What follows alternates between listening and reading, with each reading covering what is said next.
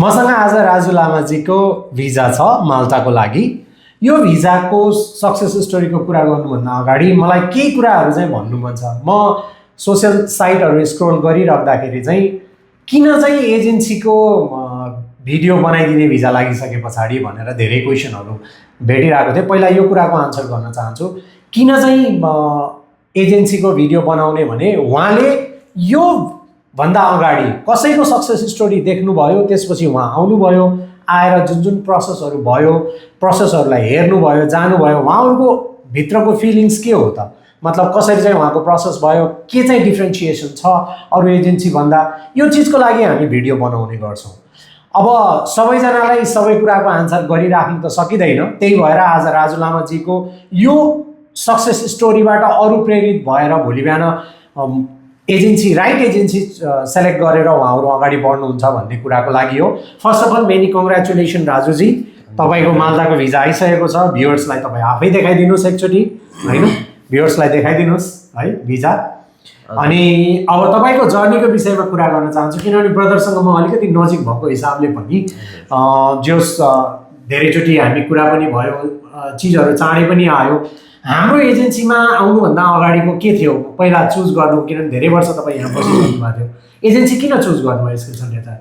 पहिलालाई अर्कोमा मैले ट्राई गरेको थिएँ होइन, अनि त्यहाँनिर सुरुमै पहिला पेमेन्ट माग्यो। हजुर। त्यो पनि एकदम हाई कस्ट, यहाँभन्दा झन्डै डबल नै भनौँ। हजुर।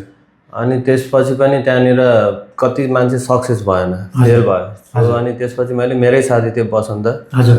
बसन्त थियो, अनि त्यसपछि यहाँबाट धेरै थियो साथीहरू, सायद यो अर्को मेरो त्यस भाइको नामै याद आएन। हजुर हजुर, ठिकै छ।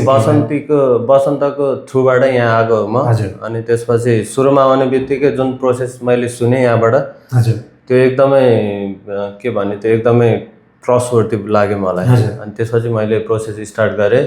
हजुर। अनि त्यही हो जस अहिले इन बिट्विन प्रोसेसमा, जस्तो किनभने माल्टा अलिकति ट्रिकी छ क्या डकुमेन्टेसनको कुरामा, अरूहरूको कुरामा, बिचबिचमा जब एजेन्सीले तपाईँलाई जुन लेभल अफ कुराहरू भन्थ्यो, जुन कुराहरू तपाईँहरू माझ पुर्याउँथ्यो, त्यो चिज कस्तो लाग्यो, कतिको ट्रान्सपरेन्सी लाग्यो, कतिको क्लियर पिक्चर लाग्यो, यो चिजको विषयमा भ्युअर्सलाई भनिदिनु न। क्लियर त अब के भन्ने दाइ,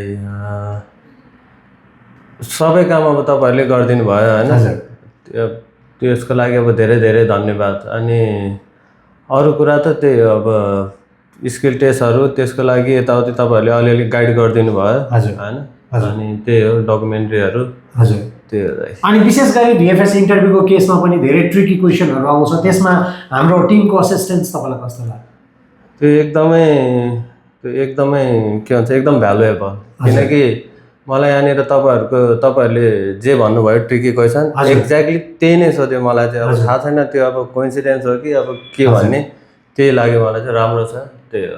अनि भ्युअर्सलाई जसले हेरिराख्नु भएको छ भिडियो, तपाईँ खासै भिडियो बनाउनु पनि त्यति मनदेखि नचाहने मान्छे हो, त्यही पनि मेरो रिक्वेस्टमा बनाइदिनु भयो। भ्युअर्सलाई के भन्न चाहनुहुन्छ जसले चाहिँ हेर्दै हुनुहुन्छ? म चाहिँ यो भन्न चाहन्छु, अब जति पनि नेपालीहरू दुबईमा छ होइन, किनकि यो अब दुबईमा धेरै कन्सल्टेन्सीहरू छ जो चाहिँ अब एकदम स्क्याम पनि गर्छ। इभन म पनि त्यसको भिक्टिम हो, स्क्याम भइसकेको मान्छे हो। हजुर। अनि म त्यही भएर चाहिँ के भन्न चाहन्छु भने, सबभन्दा पहिला अब स्किल हन्ट एचआर मेरो लागि चाहिँ एकदम ट्रस्टवर्थी कन्सल्टेन्सी हो। हजुर।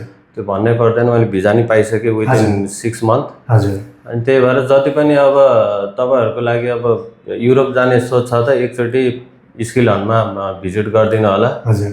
सो त्यही हो। यही कुरासँगै तपाईँहरू पनि यसरी नै तपाईँहरू भिजा चाहनुहुन्छ, यसरी ट्रान्सपरेन्सी लेभल चाहनुहुन्छ भने हामीलाई सम्झिन सक्नुहुन्छ। हाम्रो अफिस सरबिजी एक्जिट 3 नजिकै छ र साथसाथै नम्बरहरूमा हामीसँग डाइरेक्टली रिच आउट पनि गर्न सक्नुहुन्छ।